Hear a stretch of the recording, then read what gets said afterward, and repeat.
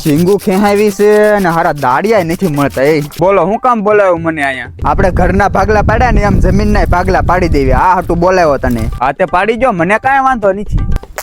હા તો આ કુવા વાળી જમીન મારી અને ઓલી વડલા વાળી જમીન તારી. હા હારું હારું લઈ લે છે. ઘરના ભાગલા પાડ્યા એમાં તે હારું ઘર પોતે લઈ લીધું અને ભંગાર ઘર મને બટકાઈ દીધું. તો હજી ભૂખ ન ગઈ તે જમીનમાં ભાગલા પાડવા આવ્યો એમ. પણ મારે કાંઈ ભૂખ નથી, તારે હશે.